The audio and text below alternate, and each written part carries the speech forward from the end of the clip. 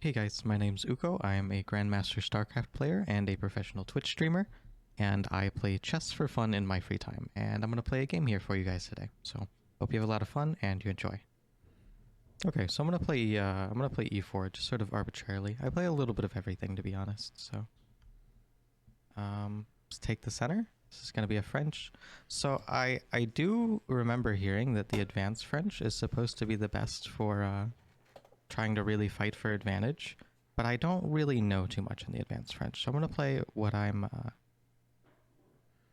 comfortable with here, which I believe is just called the main line.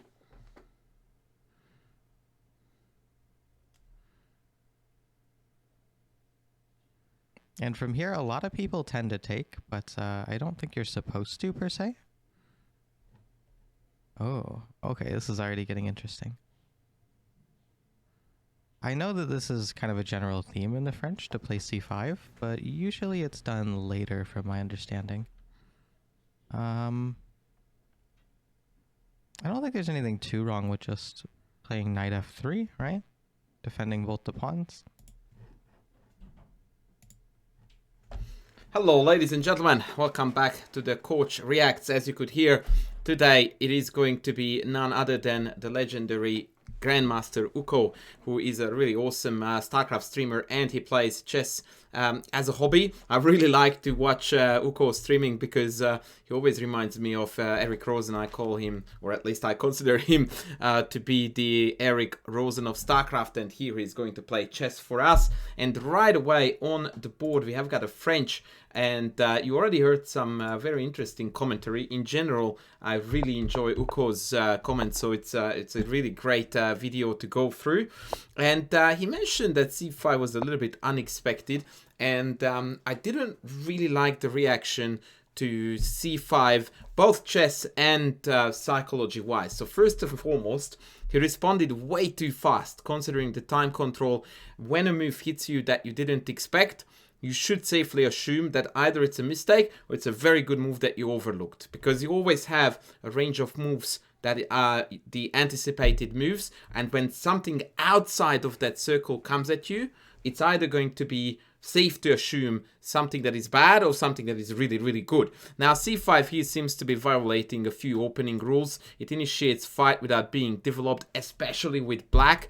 That's a big, suspicious sign there. Number two, this creates immense tension, something I spoke a lot about in our last video where we discussed the pawn tension in the Queen's Gambit. You cannot possibly make a move for white here, absolutely no, not acceptable, without calculating the consequences of the respective takes. And here, pretty simply, after takes, tada, it's a free pawn.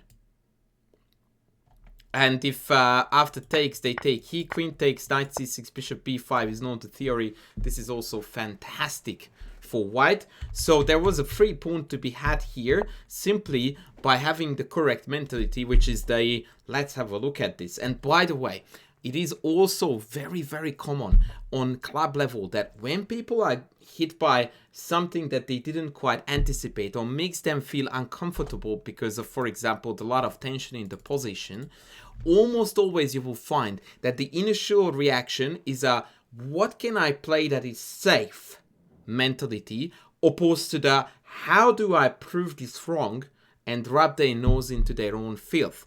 And this is a huge mental shift that if it happens, it's plus 300 rating points right away. That you see a move and you don't take a step back and go like, okay, what to do that keeps me safe, but you go like, no, how do I punish this? I'm gonna go after you. That type of mentality makes a huge difference and is going to allow you to progress up on the ladder a lot faster.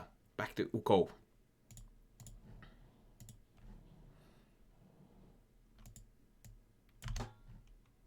I wonder if I've already made a mistake. So, okay, I'm looking at something kind of interesting here. We could check him, and then the most natural move is knight c6, right? And then things get kind of interesting, because if he plays that, we can actually take, and then there's all kinds of craziness going on, because once he eventually recaptures, we have this fork, but he has an in-between move of capturing here with check, and we have to take back. He could also, if we play bishop b5 here, he could also play... He could play bishop d7. That causes a lot less problems, though, because then he's not threatening to trade queens with check. I really don't want to allow that. So I think this is the way to go. I think so. Okay, there was a lot here that we need to unpack, so let's go to my chessboard view. So the moves that were played were take, and e5, and Ukko immediately said that I may have made a mistake, and later on he was talking about queen trade in the context of something that he desperately wanted to avoid, and this is something that I immediately need to jump on. Queen trade is not a good thing, it's not a bad thing, it's a circumstantial feature in the game that is sometimes good and sometimes is bad. And if you really would like to hone your chess to, well, not perfection, but to make it better and to take the next step, then you need to eliminate these likes and dislikes and actually evaluate the position that is right on the board and check if the queen trade is correct or good or not good, rather than I don't like it, so I don't do it.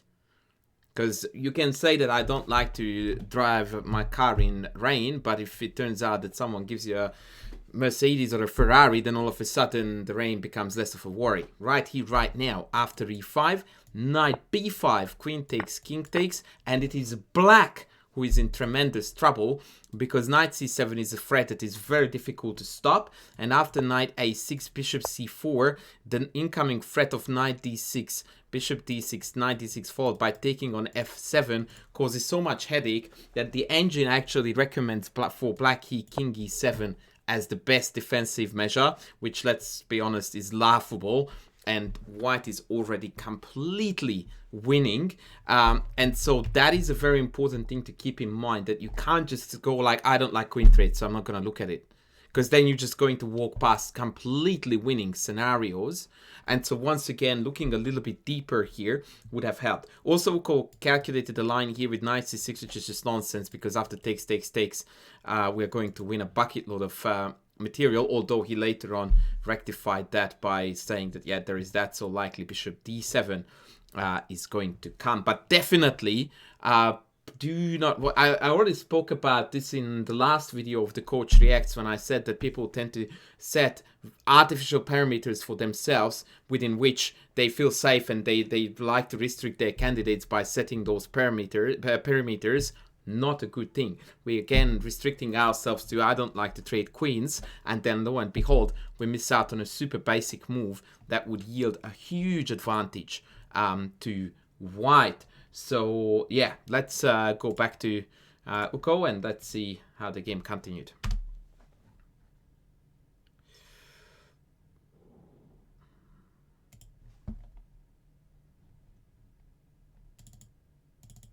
Is if he plays f6. So here Ukko is calculating a fascinating line with bishop g5. Being attacked. This one's being defended for now, but these two are being attacked both by pawns. Meaning we're probably going to lose a piece unless something crazy happens. Okay, but what about something really crazy? Okay, so bishop g5, f6, queen h5, g6, which is pretty much the only move. Now everything is hanging. Wow. What a mess. Is this too much?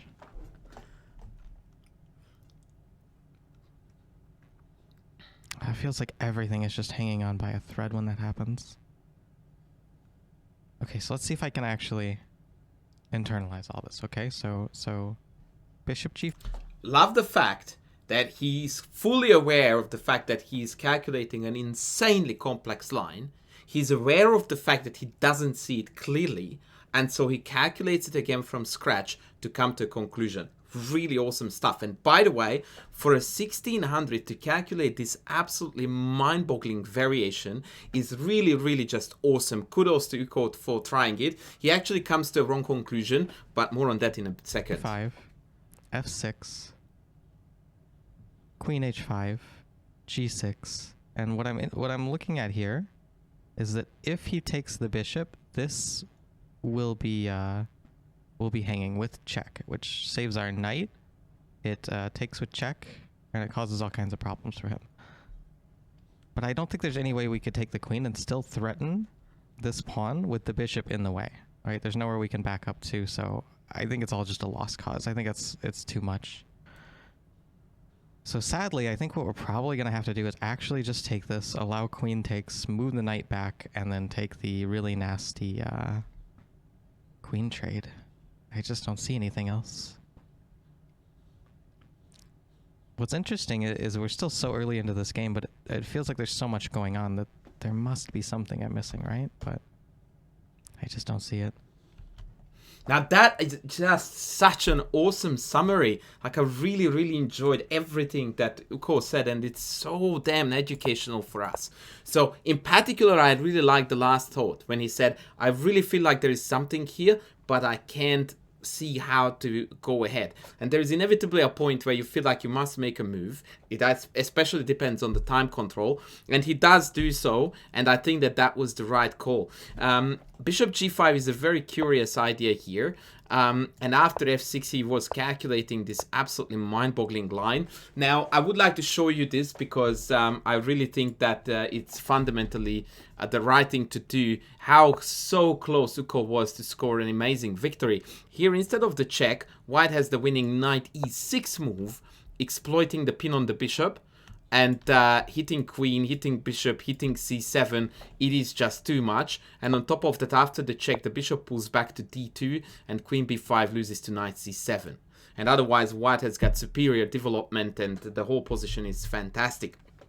Even after queen h5 check, white can actually stay on top with queen e2, but I don't want to get into it because it's crazy wild. Instead, I will show you something simpler that I think on his best day, Ukko may have been able to found, and that is this, queen e2.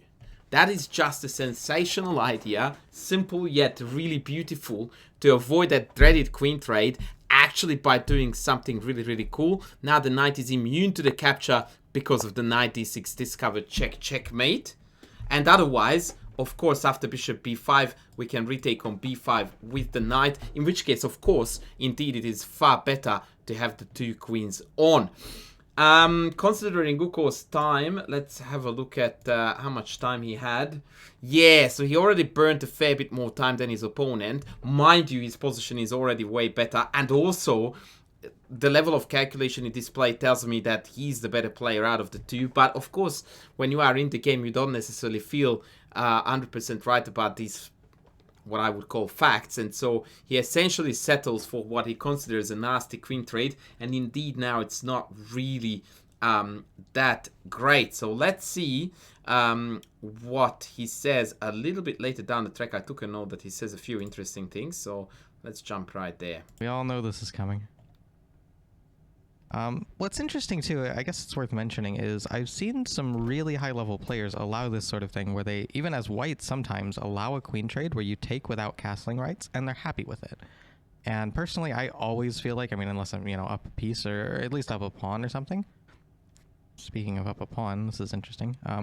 Unless I'm up a pawn or something, I always feel like this is really horrible. Like, right, that's very interesting. So Ukko here explains that he has seen games where the queen trade happens and it's not bad at all. And I would like to reflect on this because I think it's actually important that if you have an idea, then somehow you find a way to, you know, give it a context so that you actually understand what you're talking about and you know what's going on in those positions. So I'm going to show you right off the bat an example that I think demonstrates this idea really well, and that is, for example, in this early queen trade story, where if white doesn't play ambitiously enough, then it's quite easy to see how this black king on c7 is quite a comfortable dude, and after a few more timid moves by white, actually it's really easy to see that this piece layout is actually better than that one on the white side. Because yeah, the king on c7 is obviously better because the rooks are connected. The c6 pawn cancels the knight out, And it's all good. It's all good for black. The pieces are very harmoniously placed. The knight can go to either of these squares. And there's no dramas whatsoever with having the king in the middle. In fact, it's really close to the center where it's meant to be in an endgame scenario. So I just wanted to clarify that this is certainly something that is doable and possible in quite a number of openings. So now I just need to find Ukko's game. Where did I put Ukko's game? Yeah, right, here we are. Sorry. Okay, so we had the queen trade. So bishop d7, take, queen takes, knight, he takes, and bishop e7 happened, which was a pretty bad blunder. And now we are going to have a huge jump in the story because I took note of the most important moments. And so now we are going to address those. Actually, not quite a huge one. Let's go to 725. I don't think I want to take, because if we takes, he's threatening the knight, and if the knight moves, he's threatening this pawn. I mean, it's fine for now, but we want to develop this bishop, right? I mean, technically, I guess even if this knight moves back, it will defend the pawn, and then the bishop can move, and maybe it's okay. We are up a piece, so trading pieces is reasonable. Sorry, not up a piece, but up a pawn. Trading pieces is reasonable. And you're up a pawn. But I mean, this bishop looks really good here, in my opinion. So the question is, if we don't trade, what do? We can jump back here, we can go here, we can play f3. f3 I really don't like, because then we get this ugly isolated pawn that's going to be targeted. Very good. Yeah. All right, so this is where Ukko misses a very important idea, which is actually fundamentally the same as what I showed you earlier with the king positioning. So let's have a look. So knight e5, knight f6, and he says that he doesn't like this because of the bishop becomes too strong. And later on he will again mention that he thinks about connecting the rooks by playing rook e1, king e2, king f1, or bishop out, king up, rook here, and then king back. And he always has this idea of king up and then king back, and he doesn't consider the most common and by far the best way to accomplish the connected rooks, which is simply defend the knight, then play c3, which, by the way, immediately cancels out the bishop being extremely strong, as he said, and makes it entirely useless and biting into granite. And also the knight squares will be cancelled out. And after whatever black does, we hide the king on c2, which is an optimal square. It can't be hurt at all. And now after bishop f4, rook a d1, we have got a super easy winning, completely winning endgame. So here, he completely misevaluates the consequences of the trade, which he labels as a good thing. It's meant to be happening because we are a pawn up, but because of he doesn't see how to neutralize the bishop and what to do with the king, we are drawn to a wrong conclusion. Now, this can happen when you are unaware of a motive for an idea, which I think Ukko is certainly guilty of not knowing the c3, king c2 setup that secures everything in the position to perfection.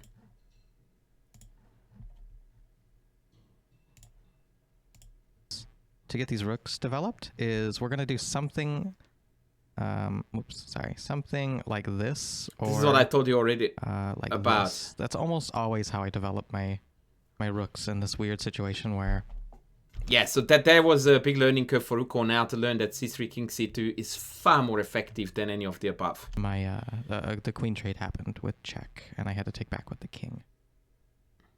I know there are other ways though as well. Like some people will just do crazy things like just push the A or H pawn.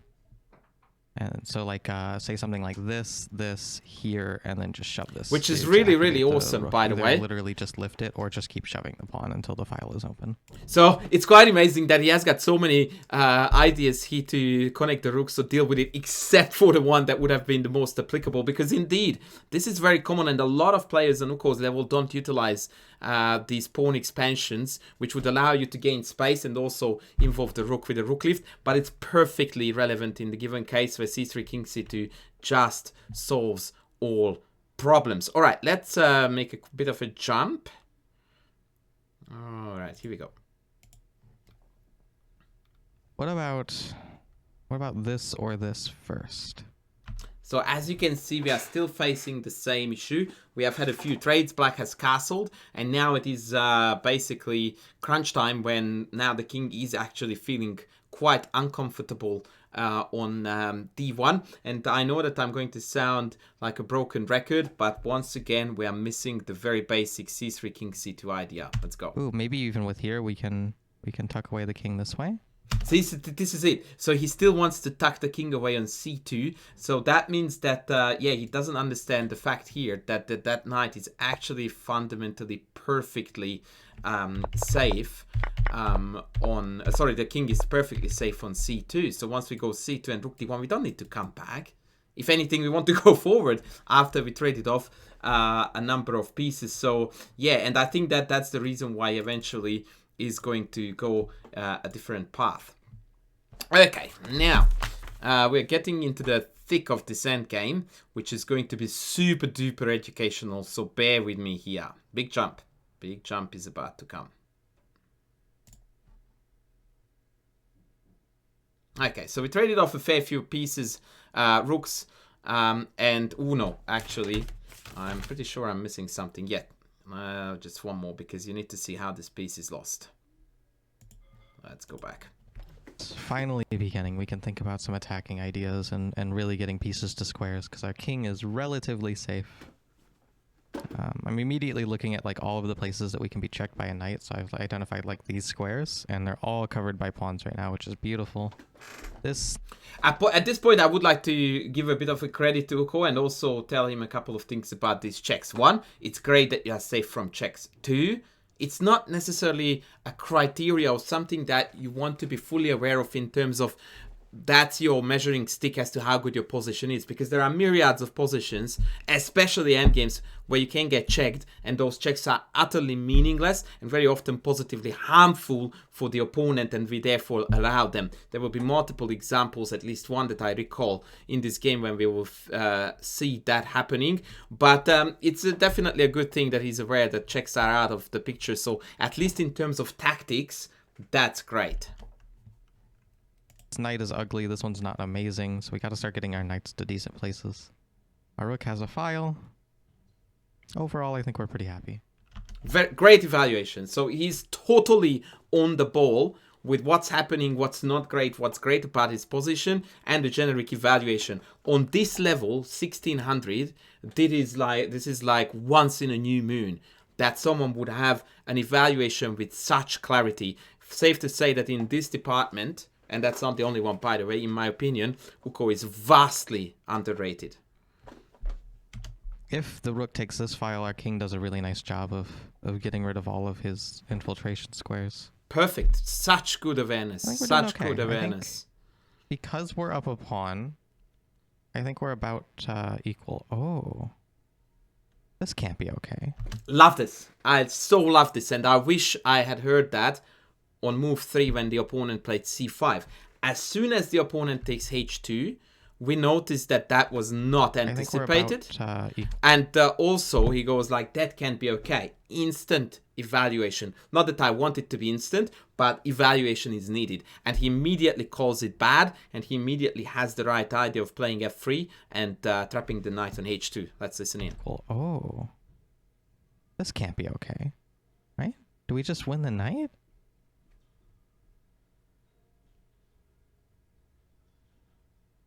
There's no way that this is okay. Surely this wins. Okay, so think about it. And let's not just move. F3. Very good. Very good self-control. Let's just check first. Maybe there is a sneaky trick there. So he checks the idea before he executes it. Perfect. How would he possibly save this?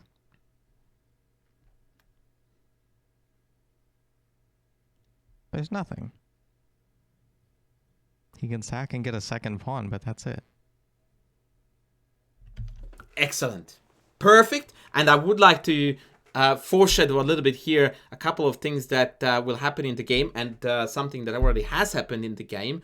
That here, the opponent played a suspicious move, and we took our time to respond. We responded very quickly to c5, and you will see that there will be a few way faster responses that will be regretted later on. Let's have a look at one right away. Doesn't have anything really threatening it can do, I don't think. Yeah, there's nothing here. I mean, this is threatening a check, but I think this is okay. I'm also noting that if we put our rook here, it'll be on different colored squares, which means the knight cannot easily fork it. Just a little pattern recognition thing I've done. Oh, God. Did you see that?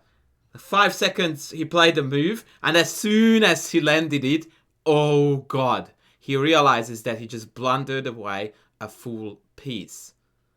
And again, the basis of the blunder, it's so interesting. Like, if I was Ukko's coach, I would definitely have a big chat to him about checks. And his, I don't know, relationship, but his way to approach them. Because the only reason why he played here rook e3, or not the only, because obviously the knight was hanging, but the main reason why he played rook e1, because not only did it defend the knight, but it cancelled out the check. He actually mentioned the check and immediately reached for the rook. This check is so utterly useless and meaningless. It forces my king to come closer to the middle of the board, attack the knight. Just in general, it improves my position. But rook e1 is a terrible blunder because of f5. Instead, knight d6 would have attacked rook and pawn. And after the check, I can just walk away from the check, and black is utterly dead lost now, with our pieces getting more and more active, pawns are hanging, it's just miserable for black. So instead, rook e1 was a humongous blunder, and poor Ukko immediately recognizes what he has done. Watch. f5. Oh no. Poor guy.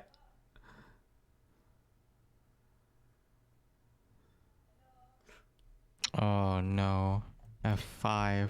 And actually here I would like to point out something to you, because rook e1 could have been played with the sneaky idea of playing knight f6 check and winning the rook. Actually Ukko is fully unaware of this tactic, but it doesn't work because the knight covers f6, which then in turn covers e8.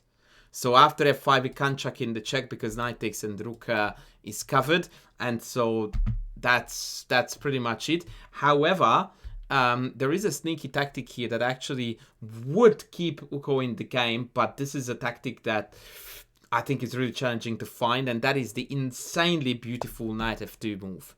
And the idea is that now if they take this, we can take the knight, and if they take the knight, then we make knight f6 check, a playable trickery, and we can take the rook. However, this is still a very weird position where the knight is still unable to move, but now white is actually threatening with knight takes g4, followed by knight f6 check.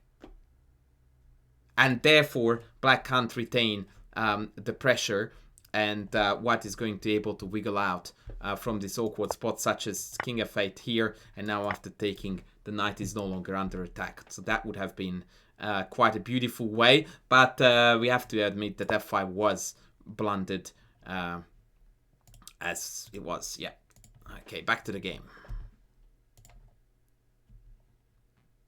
Maybe it's okay. f5. Rook g1 threatening his knight. And then we'll have time to save this afterwards. Or we trade knights. Afraid not. Maybe it's okay. Okay. So what now? I could play f5 just to get rid of any of that silly threat.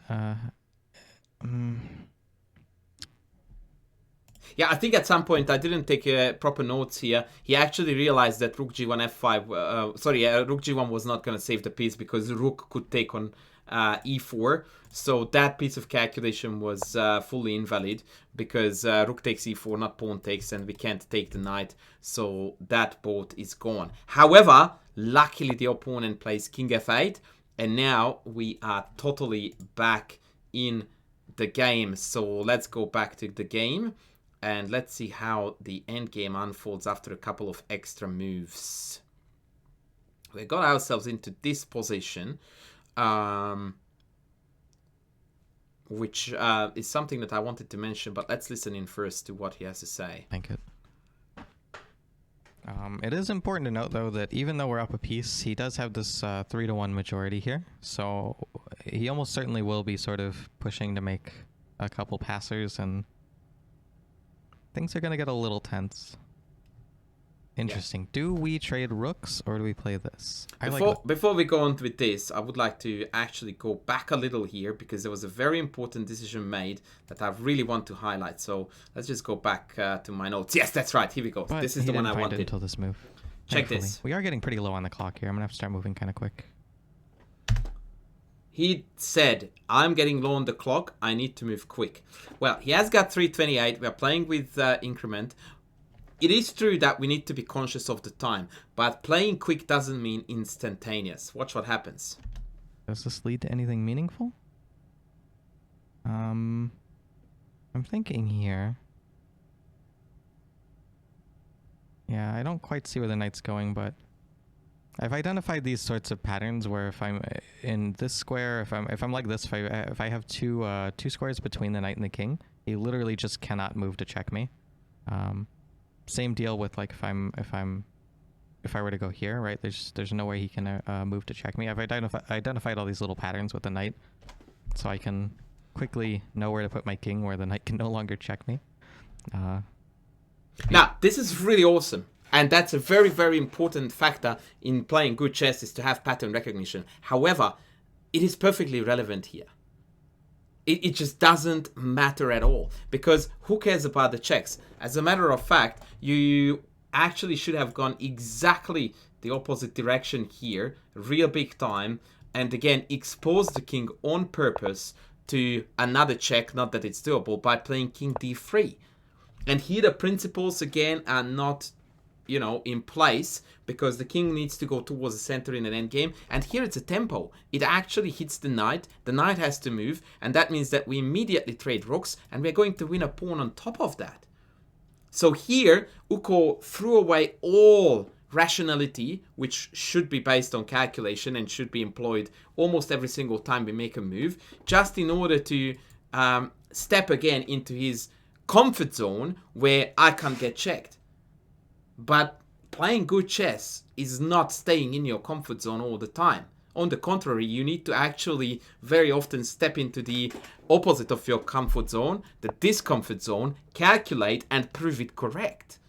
Because yes, there is a check now available, but who cares? That's a free knight. So he is way too tunnel visioned, and actually this carries out and has been carrying out throughout the whole game on avoiding checks. It's a main theme of Ukko's mentality, and it's a really, really bad one.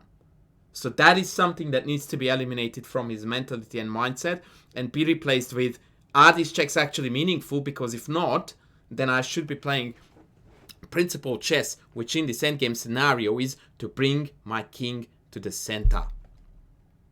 And now we can go on to the next bit at 27:10ish. Thank you. It is important to note, though, that even though we're up a piece, he does have this 3-1 majority here. So he almost certainly will be sort of pushing to make a couple passers, and things are going to get a little tense. Interesting. Do we trade rooks or do we play this? I like this. I like this. Oh, we dropped this pawn now, though.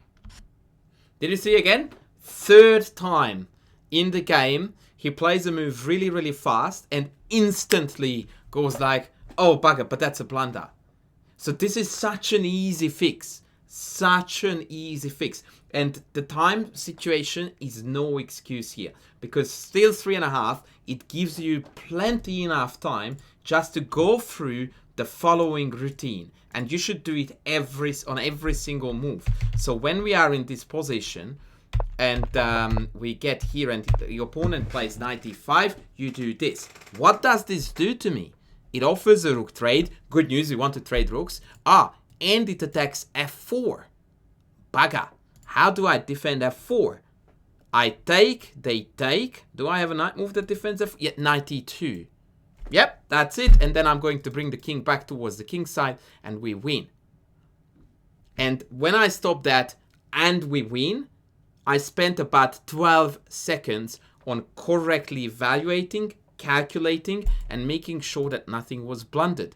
Now, if you say yes because you are an IM, okay, let's double that. You spent 24 seconds on ensuring that rook e8, king e8, knight e2 wins.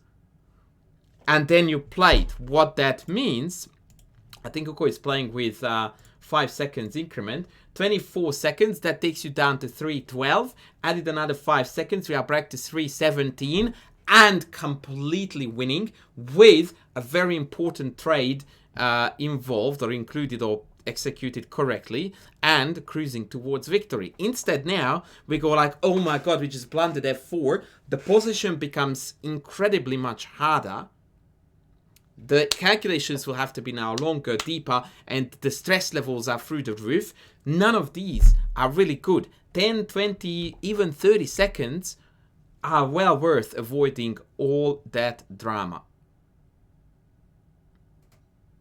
In general, I like to say, and I will go back to this, and usually this is not really well received by amateur players and club level players, that their perception of time trouble is way off of what actually time trouble is. Like, if you have got increment of any sort, then you really have to be hard pressed to feel under pressure. And when you have got several minutes left on the clock in an endgame where you are playing with increment, then we can safely eliminate the word time trouble out of the vocabulary, because we don't have such concerns here. 3 minutes on the clock and we have got increment. To see that the pawn on f4 is hanging, we should be able to spot that even at 1600 with a little bit of time invested. Let's move on.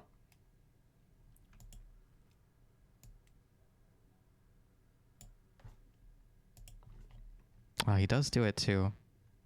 Okay, I think this is kind of a critical moment. Do I take here? Takes.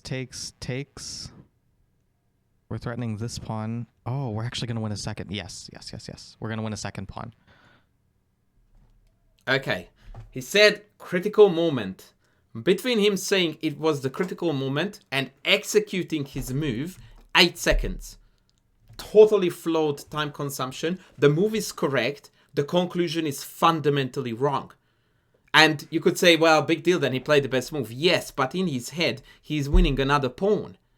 Imagine what a rude shock it is to figure out that you are actually totally off and you are not even close to winning a second pawn.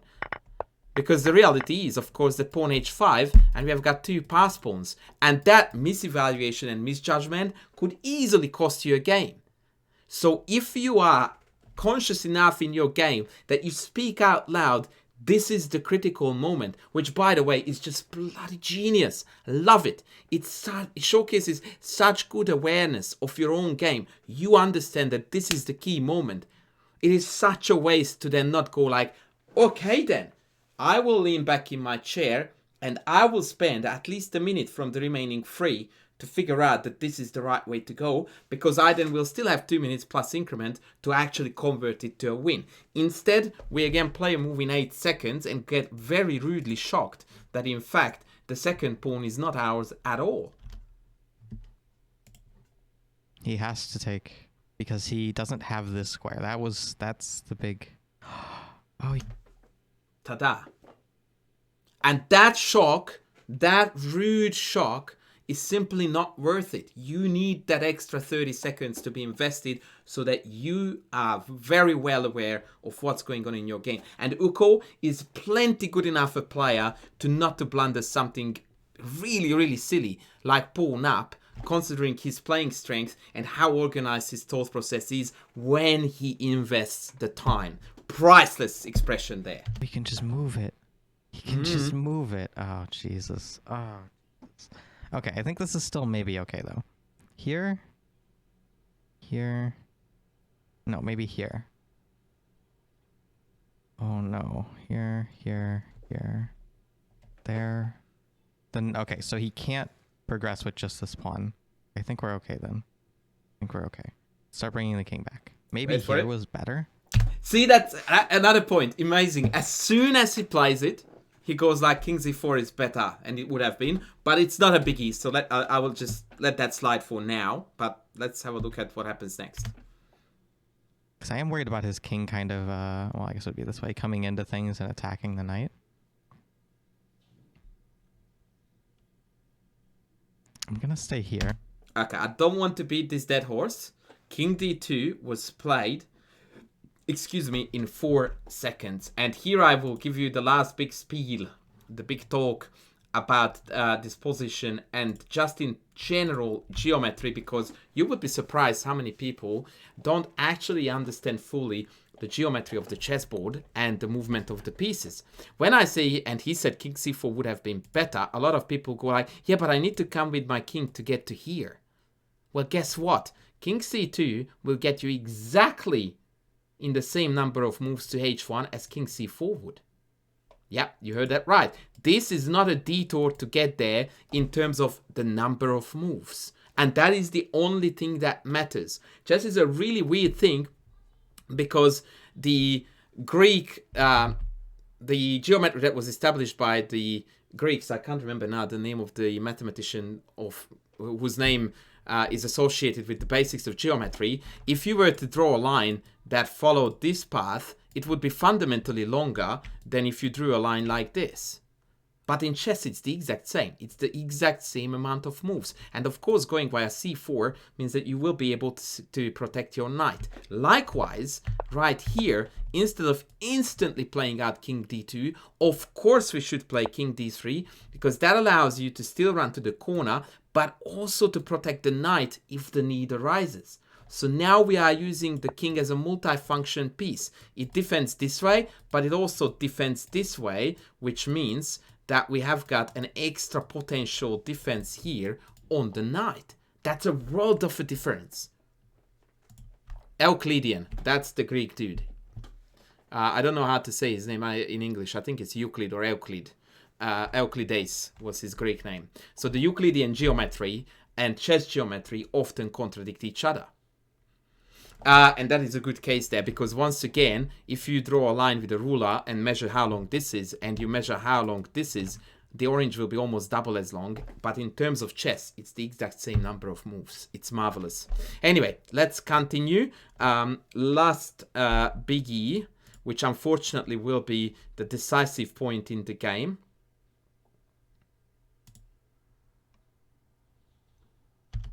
Here, there. He's going to come in one of these two ways. So it should be here, here, here. What if we keep moving the king? Here, here. No good, no good.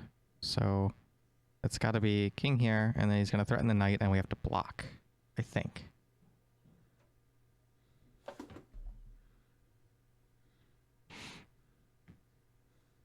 This seems like the only... Okay, again, instant move. Instant. His opponent's king hardly landed on f5. We pulled back the knight to h2, and comes the comment. I can't think of anything else. Well, you didn't. That's the problem. So here we didn't even stop to think, and that was a really, really big problem, because here we had the easiest of wins available. So the game continued here. King d2, king up, knight e3. Great move, by the way. We're going for the blockade, chucking the knight in between the pawns. h3. Not exactly a good move, allowing the blockade. And now it's really a super duper basic victory. All you need to do is walk your king up here, protecting the knight. The pawns are separated, blockaded, and they are just dead. So now king g6, king e2, king f5, and instead of knight h2 labeled as I can't see anything what else to do after playing instantly, king f3, instant game over. As in, don't play it instantly, but had he played this, this would have immediately caused probably resignation, because now the pawn push gets captured. If the king goes anywhere at all, you just step it closer to the pawn, and it's doomed to death. We take it next, and then in a similar fashion, we are going to round up the g5 pawn as well, and it's all over Red Rover. Instead, we went to knight h2, and here after g4, king f2, king f4. Now this game is actually a draw, and here comes actually one more blunder which I didn't take note of as to what time it happened. So I'm going to just set it up on the board, and we are going to have a look at how it exactly occurred. That was a very strange moment, by the way, when Ukko could have taken h2 and just completely win the game. Let's go back into the footage. I took no more notes, but I think it's well worth listening to it anyway. Yeah, we're already quite far ahead. Let's go back a bit. To leave them where they're at for as long as possible, so we have the option of moving once or twice to force Zugzwang on him. Loving the fact that he knows the terminology Zugzwang. Maybe.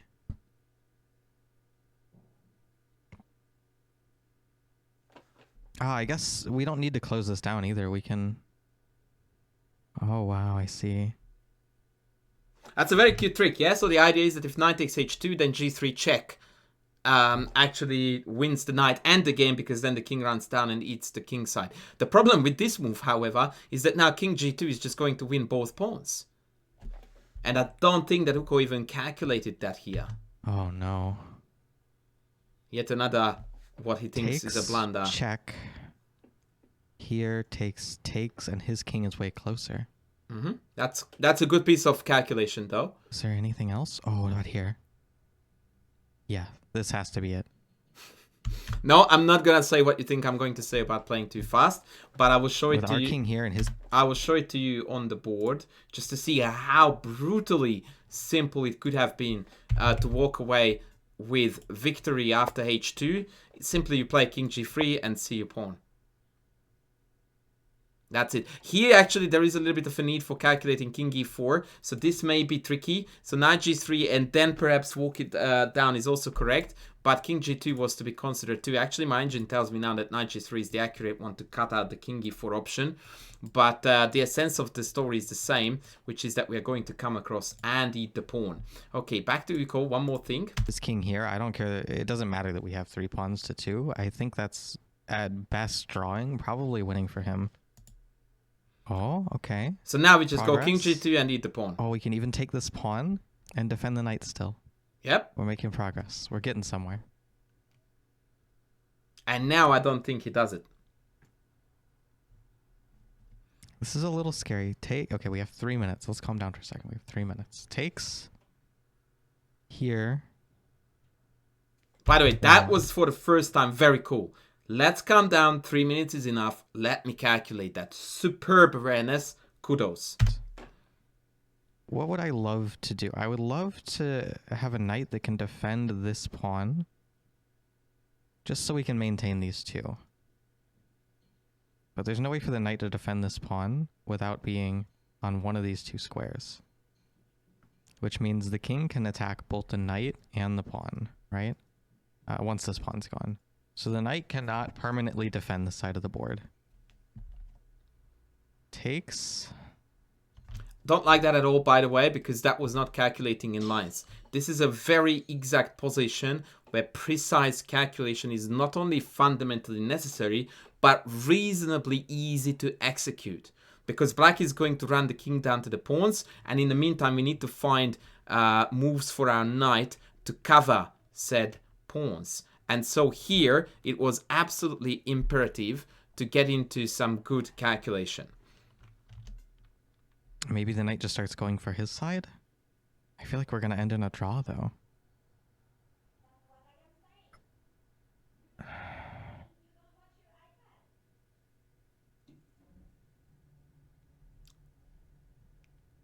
Oh, these tense moments, man. I'm thinking about something like a4, which seems crazy, or maybe even a3, or just some waiting move essentially over here, and then that's nonsense, by the way, because now the king is actually threatening to walk to the queen's side, so we have to react. Ignoring all of this and trying to like abandon with the king, maybe even now.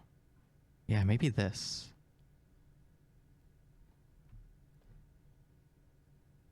Okay, so he plays king f2. I'm going to show you here the endgame, which is actually really cool. Let me just bring this up. So at this point, where are we?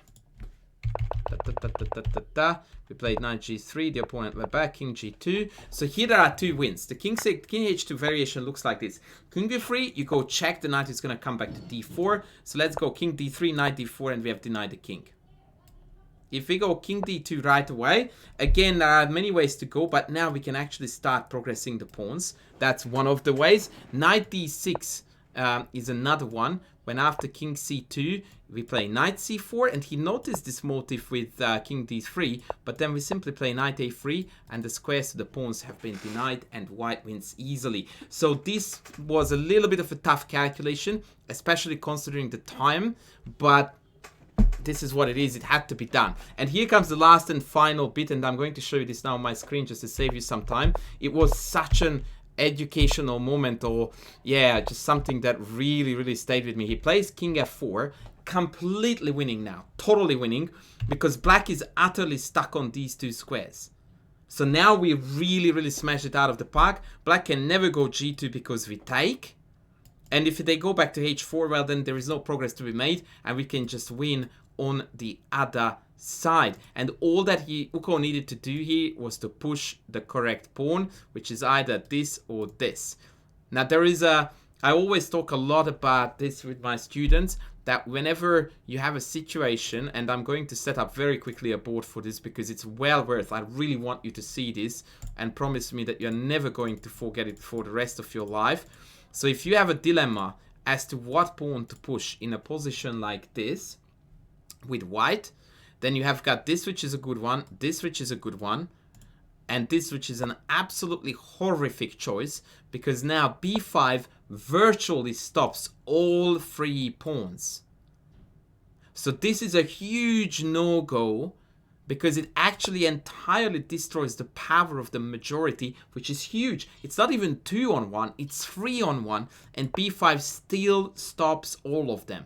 Of course, the position is fundamentally winning still for white because we walk the king across and win, but that's beside the point. The point is that if our objective is to create a pass pawn without allowing our opponent to have one, just by pushing the pawns, then you simply push the side pawn first, then you push the other guy, and tada, a5, and you are good.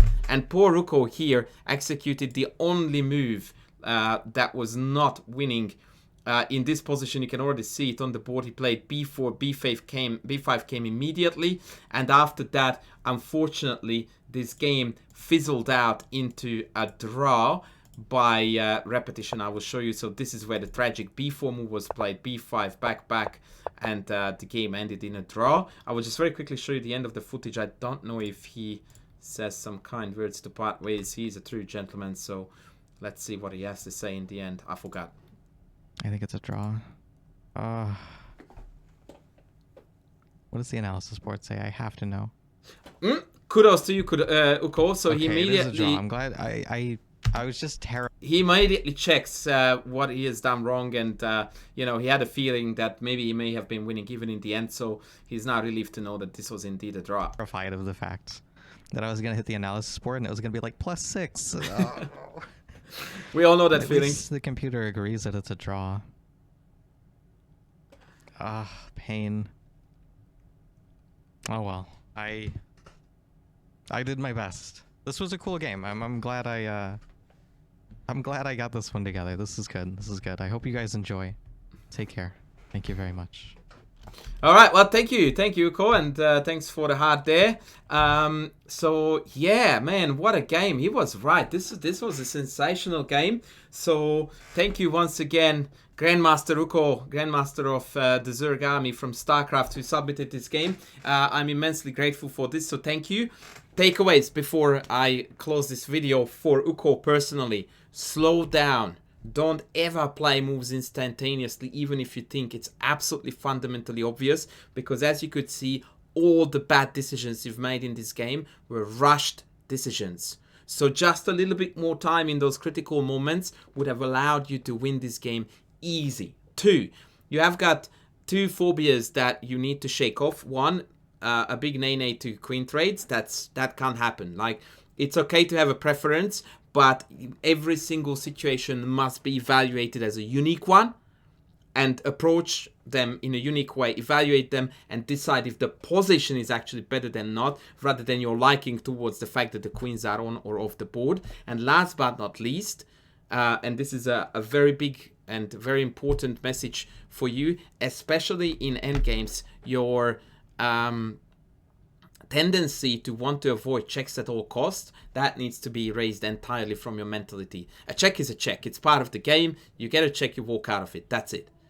And you will find that at least as often as not, these checks, in particular endgames actually, are totally a waste of time, and actually they are helping your agenda rather than your opponent's. So just to avoid a check for the sake of avoiding getting checked is definitely not the right mentality, and instead try to focus on, does the check have a value? And if not, well, then we are going to embrace it.